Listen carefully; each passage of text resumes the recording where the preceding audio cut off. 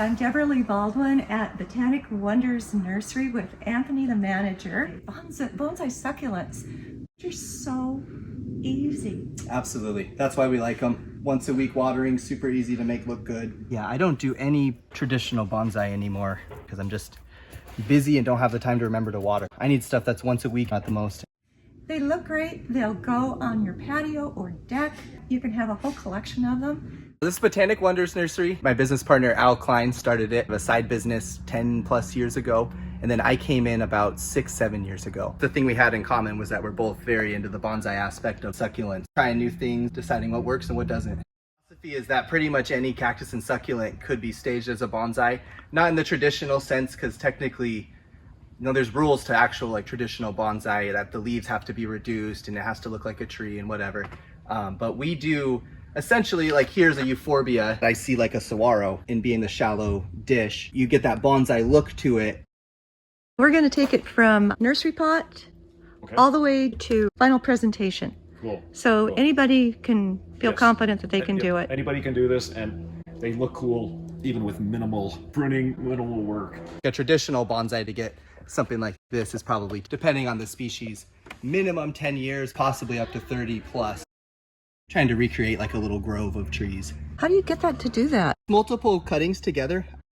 I actually bought that at a nursery in a 6-inch pot, and it had probably been in that pot for 5 to 10 years, I would guess. It was very tall, scraggly, so I brought it all down. You might even have something growing in your backyard. Yeah. Starting bonsai from like fresh cuttings, you're starting from scratch, so it is going to take a couple years. That's why it's cool if you can find a good pre-bonsai, slightly trained with bonsai in mind, you can do your own kind of creative twist. Okay, so here we have the ultimate beginner's bonsai plant that you have been training. Yeah, we bought from the Huntington, originally from Frank Yee, who created the Cork Bark variety. To get really gnarly corking on the trunk, which is different than a regular Portulacaria that would be smooth. We don't grow the regular one, we try to do the rarer stuff. Your whole business That's is our about thing. rarities. Yeah.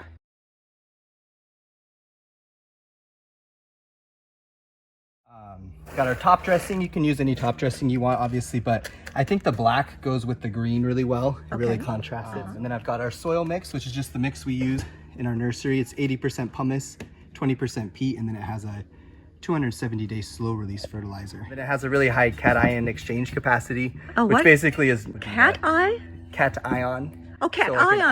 Yeah. Nerd talk for that. It holds the nutrients and makes them readily available to the plant. On traditional bonsai, sometimes they have to go up through the holes in the bottom of the pot with wire around the roots so that the whole thing doesn't topple over. Bonsai wire would go right through the screen, no problem. So you could do that. I'll just kind of do enough to hold them in place to start. That is a deep pot compared to what and we're going to cut a lot of those roots. I'll show you that. It gets pretty crazy. Plant's going to do fine. So I'm just going to kind of dump this guy out. We're going to cut most of these bottom roots off, so I'm not too worried about them. Really good practice to always get as much of the old soil off as you can, especially if you're using a different soil than what the plant is growing in. You'll create kind of two soil zones if you have different soil, and one usually has to be fully saturated for the other will hold water, so that can lead to rotting. And again, Portulacaria is not as big of a deal, but it's just a good practice with any plant. Okay, so now you're getting up to more of the part that you'll actually see. Yeah. Are you going to be elevating these roots much? I probably won't, because I've already done this one. You can see that this was the original line where the cutting was taken, and that's all been exposed. If it was one that didn't, though, I definitely would be raising it a little. And you can see the thick roots. Those can be raised, and eventually they'll take on the same texture as the trunk. Like that. Aren't you tempted just to take a hose to that? You could do that too. Portulacaria is not as big of a deal, but sometimes when you have big open wounds and then they get soaking wet, it can cause the root to rot. When I plant it, I'll give it like a day to kind of dry before I water it. Eye level with it. That's how I visualize what it's going to look like and if the depth is right. It's still a little too tall for me, so I'm going to go and just remove a little bit more, maybe a 1/2 inch to an inch. So you're always kind of thinking ahead of, a couple years from now, how is it going to look? I think that's a better... Yeah. Okay, so I'm getting down to eye level, like you said, and I'm seeing a nice yeah, we can kind of see where kind it's of a gonna cone shape. Yeah, it kind of raises pedestal. up. So this is a cool plant, but it's very flat. I kind of would like it to be a little more A mound. Yeah. I'm going pretty fast right now. If I was doing this to like make it a showpiece, I would get in and take the time to go through all these little crevices and try to get all that peat moss out if I could. Like you said, maybe washing it, but as time goes on, you can get in there and clean it. Yep, now we can see the roots really well. It has kind of an interesting turn to it. And I'll dump it in there. A lot of spaces in here. So I'm just pushing with my finger. A stick works really well, like a dowel, and you can push it in there to where he's gonna hold himself up. Kind of checking and making sure it's where I want it, because once it's all done, it's a lot harder to move it. Go for it. So I'm kind of liking this rock. I like to plant the rock as well. Whereas if I just set it on top when I'm done, it looks like an afterthought. If you move the plant, take it to a show or something, it moves around, messes up your top dressing. That's why we do about half the soil to start. Driftwood is really cool too. If you look at this one, I kind of simulated deadwood. What, about a half an inch below the rim? Yeah, it depends on your top dressing. If you had really big rocks, you'd want more space. Sure. This tool comes in handy because I can get it exactly where I want it. Nice and fit top dressing. It helps keep the pumice and stuff down. I guess the whole concept of bonsai, as it originated in China and Japan, was to create the look of an immense tree or forest right in your own backyard, and also give you garden time because it needs tending and maintaining. Absolutely. Between the succulent bonsai and the traditional bonsai, which often will use conifers, you better remember to water your traditional bonsai because it can die. But a succulent, you really don't have to worry about that. Yeah, much more forgiving. I believe traditional bonsai says that the branches should start a third of the way up the tree. I was never trained in traditional bonsai, so this is all just books and stuff I've read. So I do it kind of unorthodox, but this guy's definitely too low and obstructing our trunk. So we can't have that. I'm gonna just get in here. And I don't like to cut right next to the trunk. And if you really wanted to make sure you had a knot, you could take your shears and you could scar that, essentially damaging the plant. If I were to recommend this to somebody, I would say plant this first, let the plant reestablish, and then do more harsh things. Aesthetics are an acquired skill. You know, I don't think there's ever a right or wrong necessarily. Oh yeah, there is. So this would be one, this is a tricky one because you could keep this and wire it. You could. And then you could have your pad coming out. It needs it for balance. Yeah, and I do agree. I think it would be cool to have. I think we will leave that. This again is just, I feel like distracting too much from my trunk line. So I'm gonna take this guy as well.